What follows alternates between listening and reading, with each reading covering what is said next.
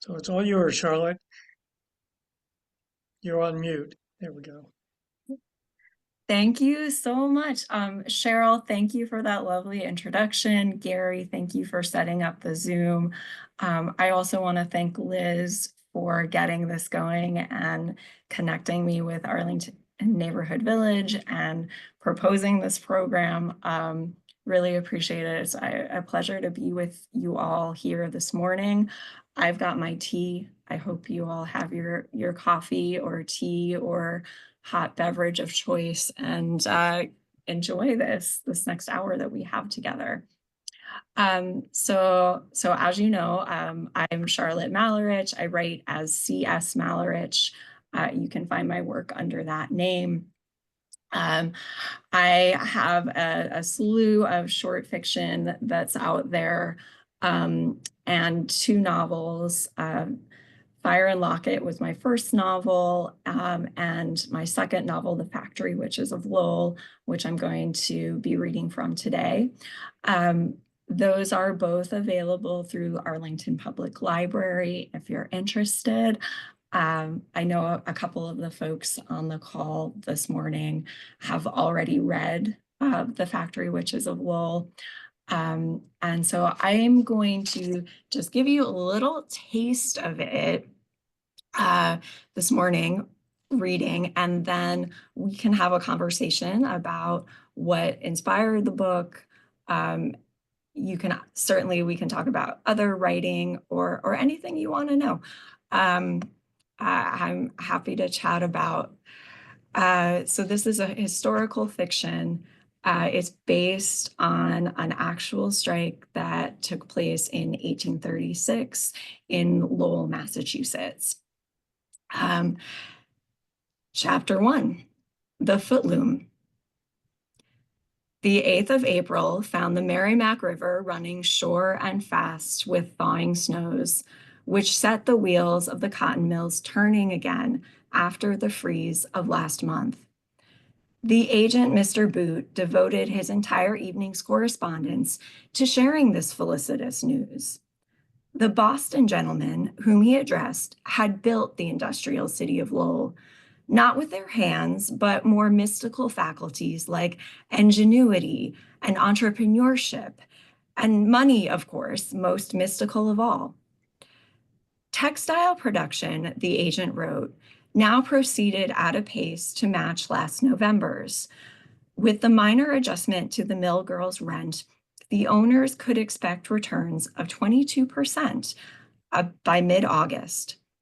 Mr. Boot signed the final letter with a confident flourish of his pen, extinguished the lamps in his study, and retired.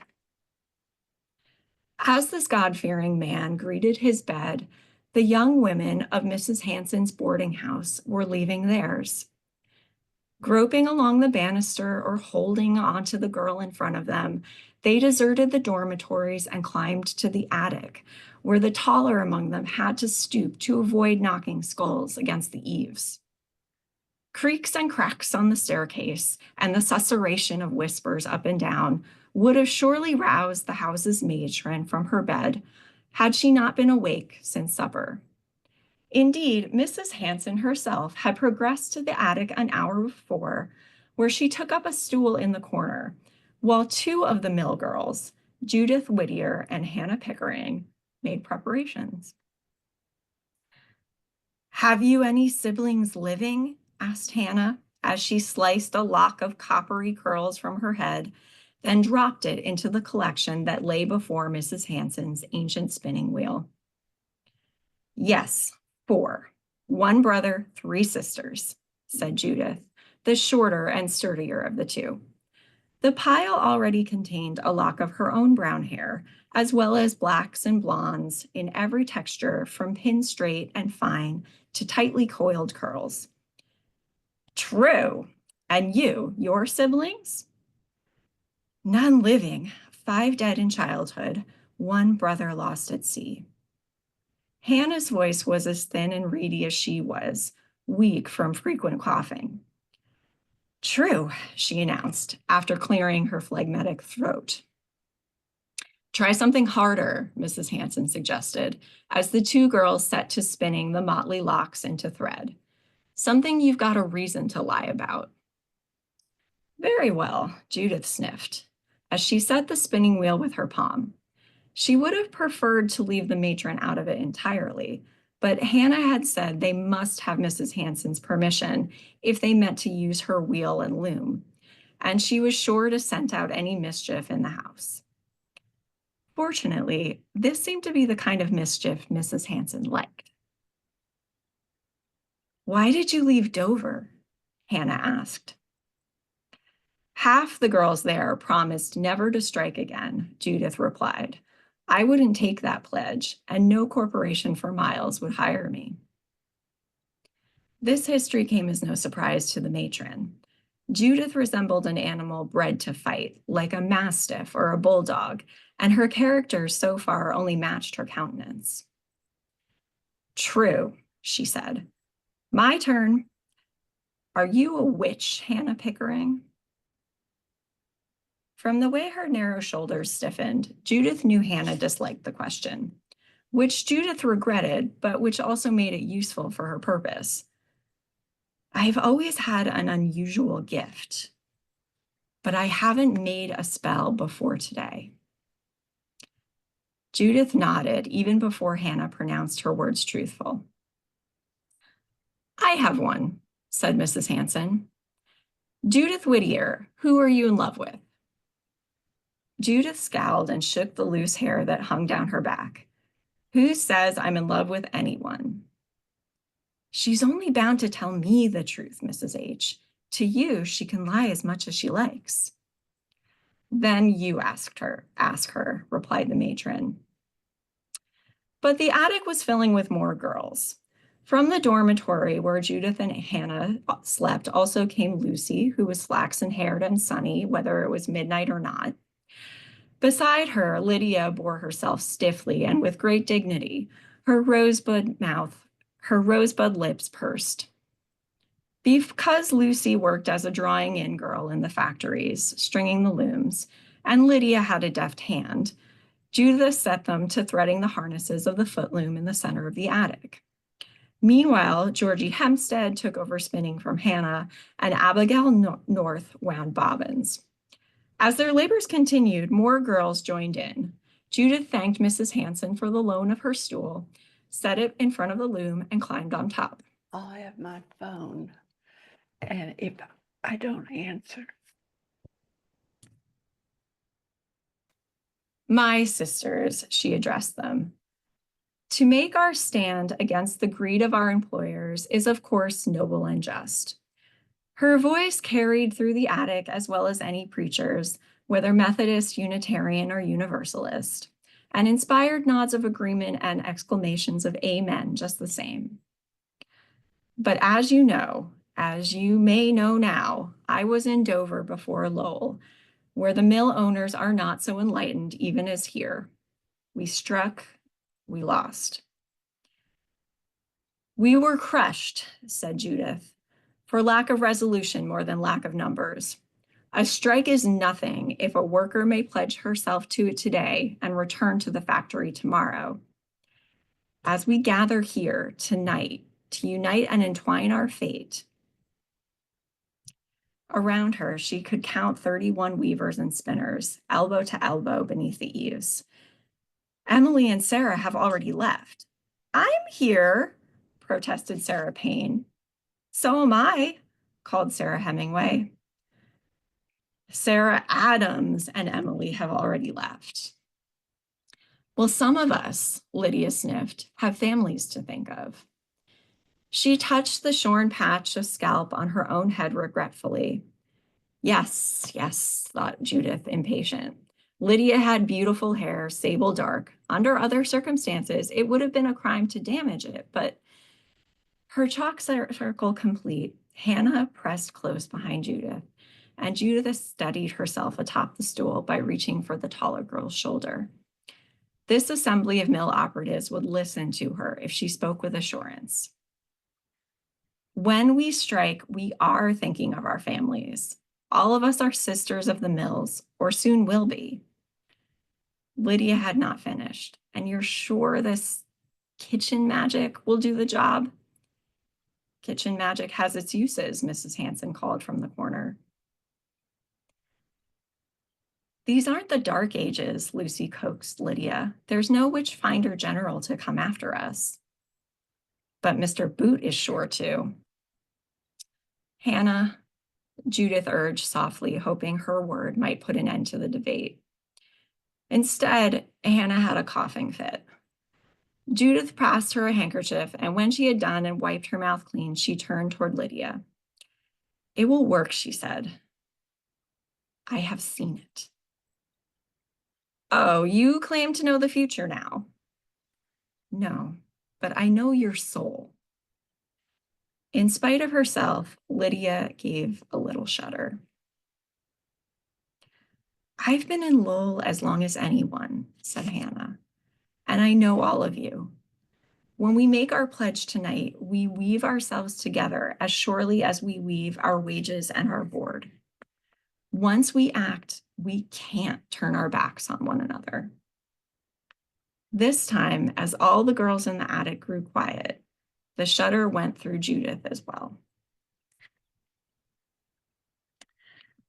So I'm going to end it there. But that is from chapter 1 of The Factory Witches of Lowell. And as the story goes on, we find out what comes of the strike and this strange ritual that these young women are doing by cutting their hair and weaving it together. So I'm open to taking some questions. I think we've got a couple in the chat. And Gary, I'll let you pick out where to start. Okay, well, the first one is if somebody wants to buy your book, where can they buy them? You can get it through any local bookstore and all the regular online Amazon, Better World Books. I like One More Page in Falls Church. They're my favorite local bookstore. They don't have it on the shelves right now, I don't think, but they can special order it for you. Okay. Next question is, all of the spells cast in the book require that the girls use some part of their own bodies, like their hair. Why is that? Gosh, why is that? So if you look at like magical systems in the real world, what kind of rituals people have been doing for years and years and years, as well as like in fiction, yeah, a lot of times there's like a piece of the person's own body that's involved to create a connection between the spell and the people that they want it to affect. The way that I conceptualize things in my magic system in Factory Witches is that, yeah, you have to connect some part of yourself to the magic that you're doing. And that's why sometimes in my magical system, you don't have to necessarily use a part of your own body, but something that's very important and dear to you. Perhaps something that like your hairbrush that you use every day, or your notebook that you write all your thoughts and dreams in, or a particular pen or tool could be involved as well. We don't see that in the Factory Witches, but I think that that would be a good way to create a spell too. Okay, we've got a couple of related questions here. How did you first come across the historic story of the strike at Lowell, and why did you decide to set your novel there? So that's kind of a two-part question, right? I was aware of the strike in Lowell. Is anyone familiar with A People's History of the United States by Howard Zinn? Which is it's a history book. It's like what it proposes to be. He includes in that book quotes from, I have it here. Can people see that on the camera? This is an autobiography by Harriet Robinson. Her maiden name was Hanson. She was one of the young women who worked in Lowell, and she wrote this story, and she wrote this autobiography. She includes in it a description of her part in this strike, and then Howard Zinn quoted that in A People's History. And I heard that part of his book performed, and it stuck in my brain because I thought it was quite an incredible little section. Actually, if you'll indulge me, I will read it for you right now, because she describes what she did. So my own recollection of this first strike, or turnout as it was called, is very vivid. I worked in a lower room where I'd heard of the proposed strike fully, if not vehemently discussed. I had been an ardent listener to what was said against this attempt at oppression on the part of the corporation, and naturally I took sides with the strikers. When the day came on which the girls were to turn out, those in the upper room started first, and so many of them left that our mill was at once shut down. Then, when the girls in my room stood irresolute, uncertain what to do, asking each other, would you or shall we turn out? And not one of them having the courage to lead off, I, who began to think that they would not go out after all their talk, became impatient and started on ahead, saying with childish bravado, I don't care what you do, I am going to turn out, whether any one of you does or not. And I marched out and was followed by the others. As I looked back at that long line that followed me, I was more proud than I have ever been since at any success I may have achieved, and more proud than I shall ever be again in my own beloved state, until my own beloved state gives to its women citizens the right of suffrage. So this little anecdote stuck in my brain, and then and it was several years later, I was actually trying to write the backstory for a novel. And I had this system of magic that was based on the labor theory of value. And I thought, okay, so I need a labor history story where I can like kind of show and explain this magic. And I need, probably somewhere in the United States. I want to take like a real labor struggle and then do my own fantasy version of it. And because I remembered Harriet, I said, that's where it's going to be. Lowell was a really, really nice place to set the book, as I discovered as I was writing it, and it was supposed to be a short story. It was not supposed to be a book. But I discovered as I was writing it, it's a really well attested and preserved part of American history, because we have Harriet's autobiography. Her friend Lucy, who also worked in the mills, wrote an autobiography. These young women who worked in the mills also created their own newspapers. And in those newspapers, they did things like they wrote about what was happening to them. They wrote essays. They also wrote short stories and poems. So there's a lot of like documentation of what life was like in Lowell at the time. You can also still go to Lowell. There's a National Historic Park there where you can visit one of the mills, which is still operational. And you can visit one of the boarding houses that's been preserved. So I took a trip to Lowell, saw these things, got to stand in the factory and hear the looms and how loud it was. Got to go to the boarding house, see how large these dormitories were. So it's a really nice place, as an author, because like I can find all these details. And it's just also these young women are just such exciting and interesting characters to me. I have a question for you all. How old do you think Harriet was when she let her coworkers out on strike? People want to put your answers in the chat. Oh, I'll say 12. 13, 14, 15.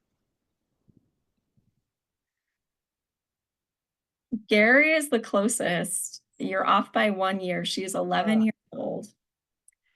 And so I just thought this was fascinating that these very young people were so savvy and so brave, and took steps to organize. Yeah, so that's a long-winded answer. I hope I covered it all. I see some other questions in the chat. Yep. I hope it's not going to be a spoiler, but uh, Steve says he can't remember the reason they were spitting into the river. Can you elaborate on that? I'll try to elaborate on it without spoiling everything. That's at a later point in the book, they create another spell by spitting into the river. The river, and specifically like the canals, was how the machinery in the factories was powered. So it's a direct connection between the water in the river to the machines, the looms and the spinning wheels in the factories. So if you wanted to cast a spell on the machinery, but you couldn't get inside, the canal might be one way to affect your magical spell. Okay. Next question is Mr. Boot thinks he's improving the factory girls' lives. Can you explain why you depicted him that way? I depicted him that way because the real Mr. Boot did believe he was improving the factory girls' lives. I also think that this is just in my experience as a working class person, usually your boss and your manager doesn't think that they're a villain. Usually they do think that they're a pretty good person and that they're looking out for your best interests. The real Kurt Boot, he had lived in England for a long time, and he was familiar with the textile industry there, as were the Lowell family that built the city of Lowell in Massachusetts. And if you've read anything like Elizabeth Gaskell's North and South, or you've read about like the Luddite rebellion in the north of England in Lancashire, these mills it was pretty rough to work there. And there were, the wages were very low. There was no housing guaranteed. It wasn't like in Lowell. That's why the corporation owners, they specifically built boarding houses for the young women who worked in the mills, because they saw like the ghastly living conditions in England. Um, so Boot and some of these other folks, like they were familiar with that version of labor exploitation in the textile industry and cotton mills. Um, and so when they were building like the American version, they wanted it to be better than that. So in their minds, I mean, they had taken a real step forward. And I would say, yeah, they had. It was objectively, I think, conditions in the American mills were better. And yet, the workers themselves, particularly like these young women, almost from the jump, were organizing themselves and demanding even more. And I see Steve's question in the chat, what were the direct reasons for the historical strike? So the corporations, they both own the factories and they own the boarding houses.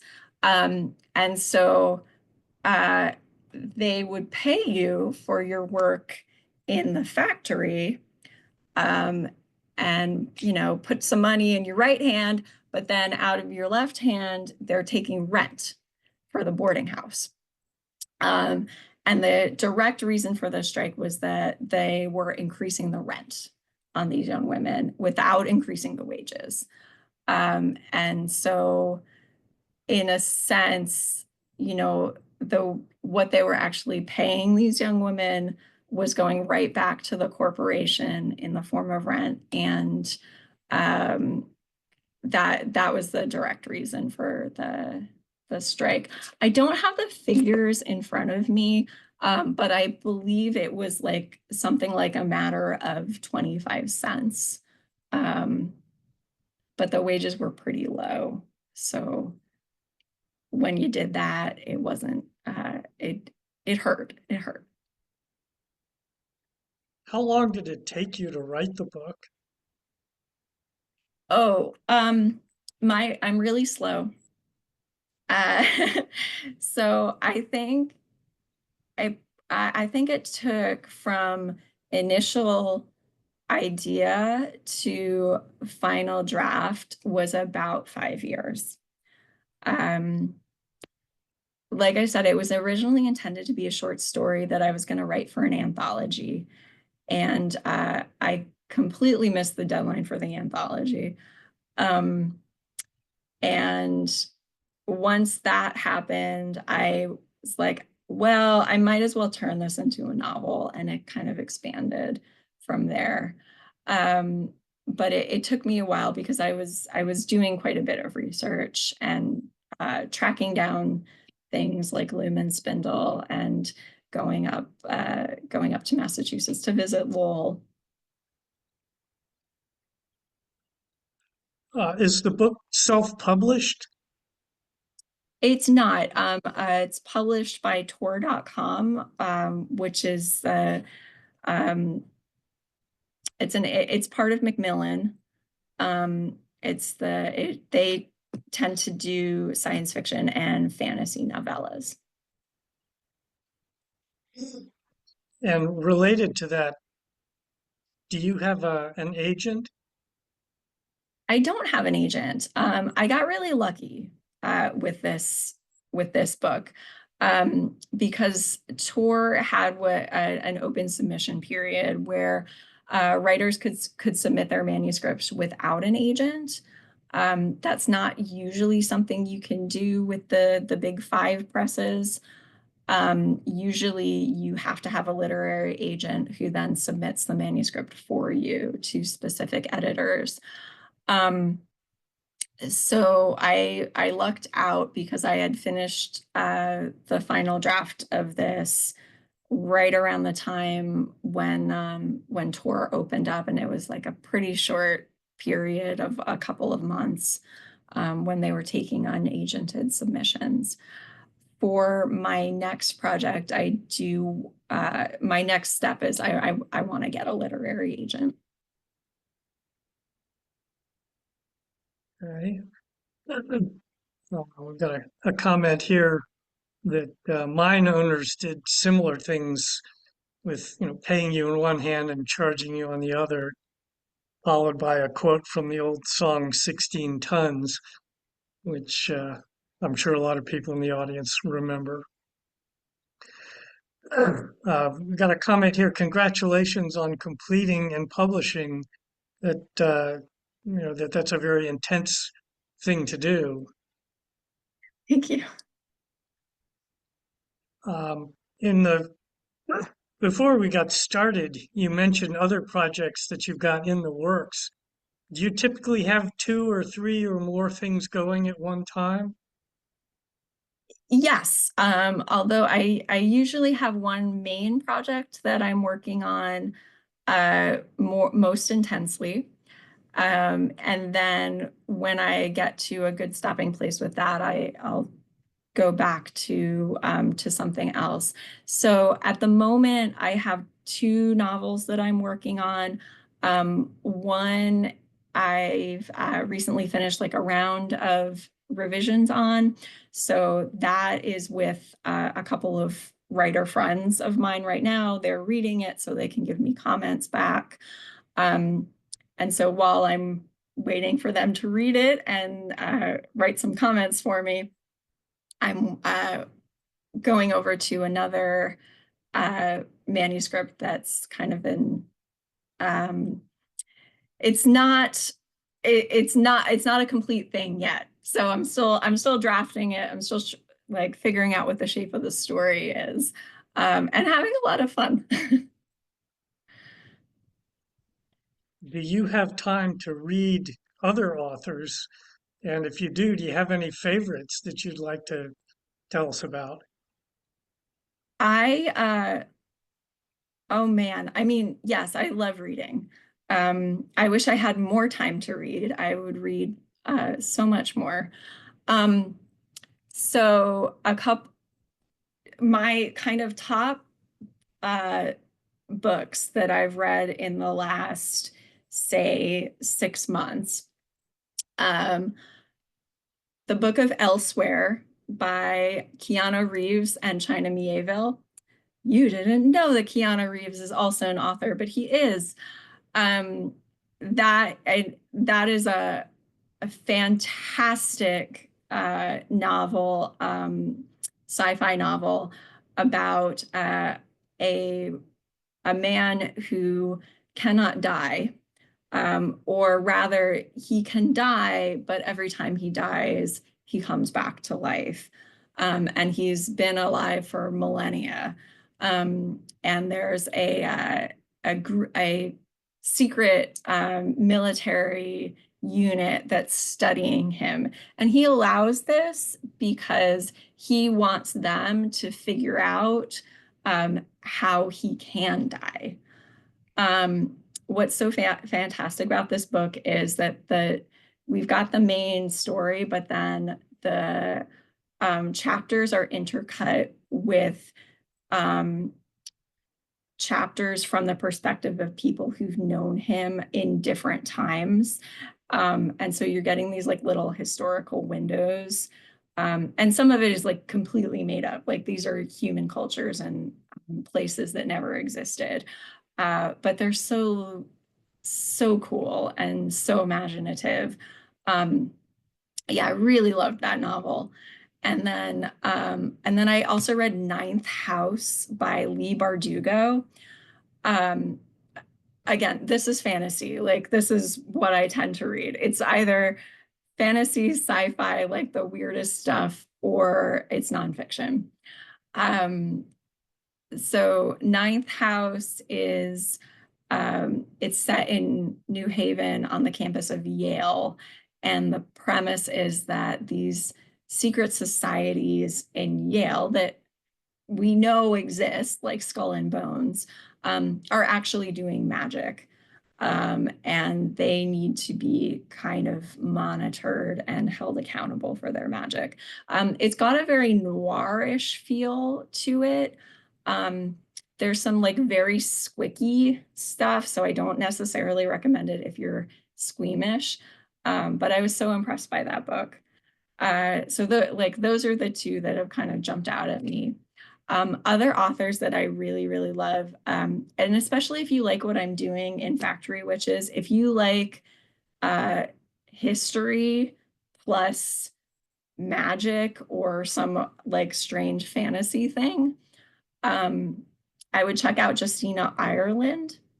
She's got two books that are, it's American Reconstruction plus zombies.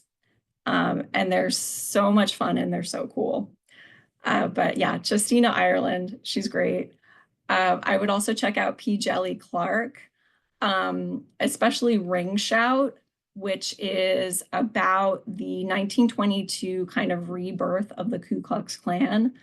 But again, with like a fantasy magical uh, mode or like prism to it. Yeah, this this is not really a spoiler, but like people who join the Ku Klux Klan are demons, and they've been taken over by demons. And it's a lot of fun, but also like you're getting your history uh, in these fantastic novels as well. Okay, next question is, have you considered writing about your own workplace? 21st century libraries are facing incredible challenges and opportunities, especially right now. Um, I think that's absolutely true. I a coworker and I did a comic book a couple of years ago called Shh, um, which is tales from the library, from the perspective of folks who work in a library who don't, and these are like the stories that the public doesn't know, um, and things that like you wouldn't think what people would experience in a library. So I've done a little bit of that. I've also written a short story that is unpublished at the moment that's about my workplace. Um, I think if it it's strange, it's not necessarily something that appeals to me.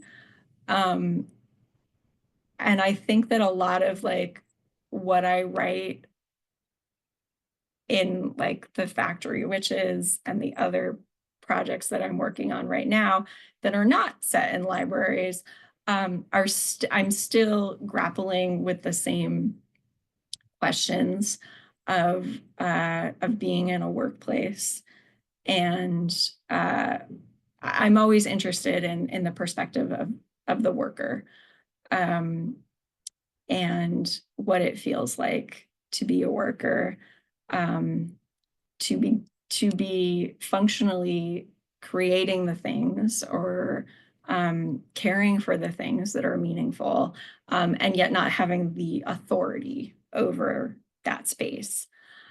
Um,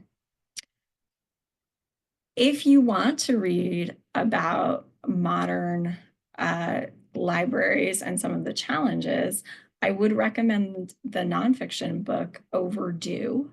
I can't think of the author's name right now, but she worked at the DC Public Library, and she has a lot of interesting experiences and reflection on those experiences. I read it last year, and I thought, yeah, yeah, this is what it's like. Um, and I think there are people that are doing that. I don't necessarily feel like I have to do that. Okay, you talked about sending a novel out to other writers to read and get feedback. Do you talk with other authors about potential book topics, writing styles, other things related to, your next project? Yeah, I think anybody who wants to write seriously and is looking for an audience should find a writing group. And if you don't have a writing group, you should start a writing group. Um, so, uh, so I've been part of the DC Speculative Wordsmiths, which came together through meetup.com many, many years ago. And so I've met a lot of writers through that. I've also attended a bunch of workshops where writers, you bring a piece that you're working on. Usually everybody reads it, gives each other feedback, talk about it. And through those experiences, you develop your relationships with other writers, the people that understand what you're trying to do, and can give you feedback that you trust. And so this is like something that a lot of writers do, like we swap manuscripts. Someone says, hey, I just finished this book. Can you read it? Give it a look. And so I've done that for other folks. Other folks have done that for me. I had a lot of people read Factory Witches of Lowell before it ever got sent to a publisher. And I can't imagine a writer whose process does not include that. Nobody sits down and just like writes a book and sends it to a publisher without feedback. Okay. Are your books on Audible? Factory Witches is available on Audible. Yes, there is an audiobook version of that. The other stuff is not. Okay. With so many books in libraries and bookstores and available online, is it difficult to market and sell your books? And what's the process? How involved are you in that? It really depends on what your publisher is like or what process you're using to publish. So if you self-publish something, the marketing is really all on you, or if you have the capacity to hire someone to do it, you've got to market it. It also depends on my first book, Fire and Locket. I published with a very small publisher, and they did not have a budget for marketing at all. So again, if you're with like a small publisher like that, the onus is on you as the author to market it and get it out there. I don't think that I am good at that. It's something that's like kind of inscrutable to me. I'm sure I should probably be on TikTok or something, um, but it's not where my head is at or my focus is. If you are published with a slightly bigger publisher or a publisher that has like a marketing budget and a marketing plan, they do that. And then it's not on you as the author. They may ask you to do certain things like, hey, this library would really like to have an author talk. Can you do it? And they would do that for you. If you have a literary agent, they can also do some of that for you too, in creating opportunities to go to a book festival or something like that. If you don't have a publisher that does that, if you don't have a literary agent that does that, then it's whatever you can do as the author to get your book out there. It's really difficult. I also, existentially wonder a lot about why am I doing this? Why am I writing more books? There are so many books in the universe. I work at a library. I know this. There are so many wonderful books out there. It's not even that there aren't great books out there. And no one has time to read them all. I think for me, I do it because I really enjoy it. And it's the thing that keeps me sane. And when I write, I also want, I know that I'm not just writing for me. I'm writing because I want somebody else to read it too. So I'm trying to find ways to put it out there in front of other people. And um, I'm trying to write books that I would want to read. Um, and I have to believe that there are other readers out there who want to read similar things. So I want to like create the book for them. Okay, we've got a couple of people who've cited that book Overdue and the author Amanda Oliver. So anybody that wants to look in the chat can see that. Comment here, they were at a writer's workshop a couple of weekends ago and went to a session on marketing and social media and thought it was interesting how authors are responsible for most, if not all, of the marketing, even with the big publishers, which apparently, they used to do a lot of that in the editing and the marketing, but now it's on you. And somebody earlier had commented that, Tor is a very prestigious science fiction and fantasy imprint. Do you feel like having them publish a book of yours is going to make it easier to get the next one published? If not with them, Yes. with somebody else, you can just say, hey, they thought my work is good enough. Yes, absolutely. It's um, Tor has that kind of stamp of approval that certainly as I'm like looking for literary agents and I can say my last book was published by Tor.com, that's going to help me.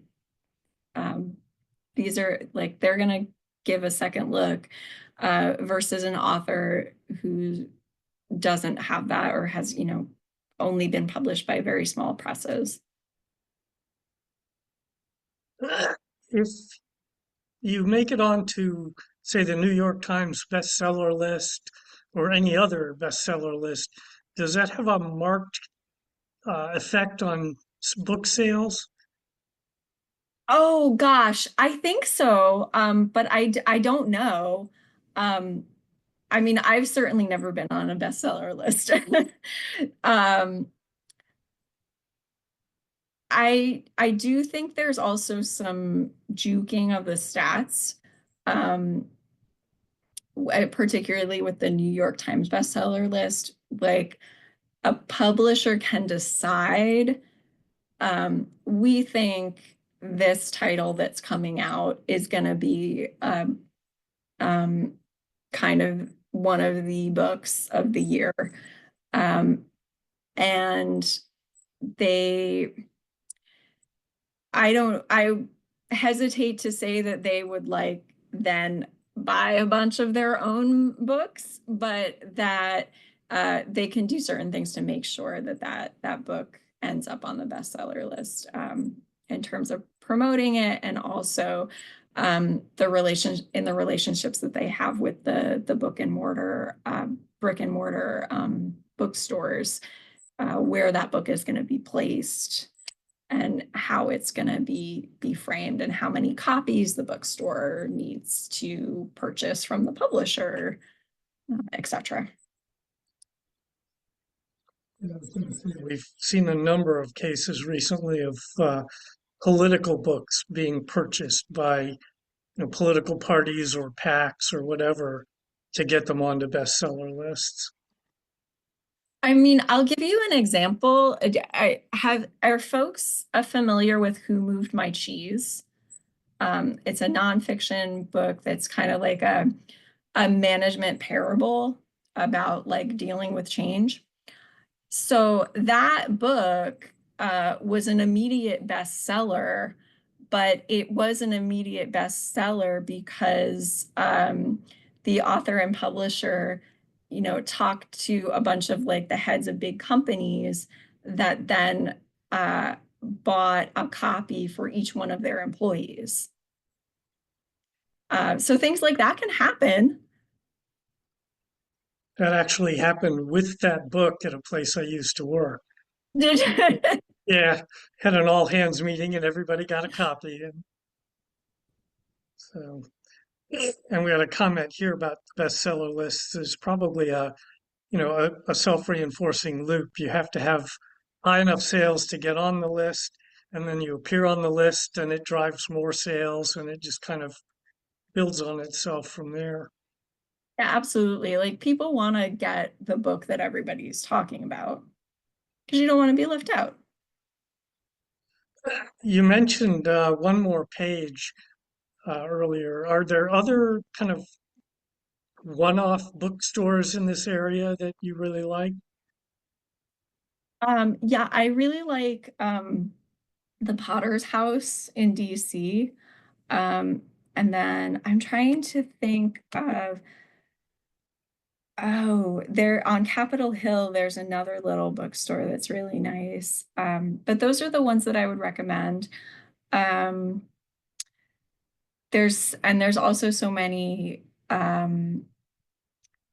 used bookstores as well, like Second Story, um, My Dead Aunt's Books in Hyattsville, McKay's. McKay's, yeah. So nobody uh I mean there's no telling whether they have a copy of my book, but you could certainly call them and find out. Let me get the name of the I see the question in the chat about who reads my Audible book. Let me get her name. It's not me.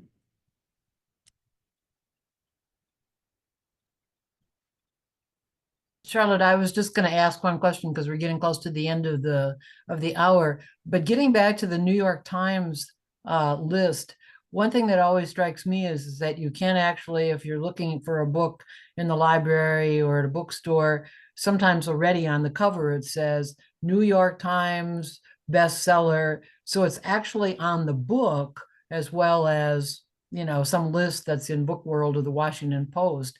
Is that, I mean, if somebody starts out writing a book like you or somebody else, obviously you don't know whether it's going to be a book, on the New York Times.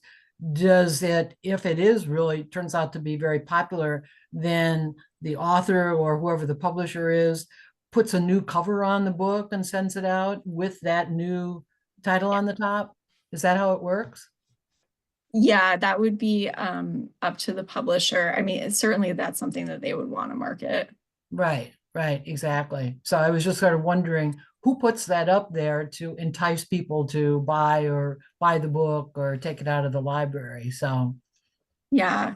And I will say most of the time, like the author has nothing to do with the cover of the book. oh, okay. It looks like.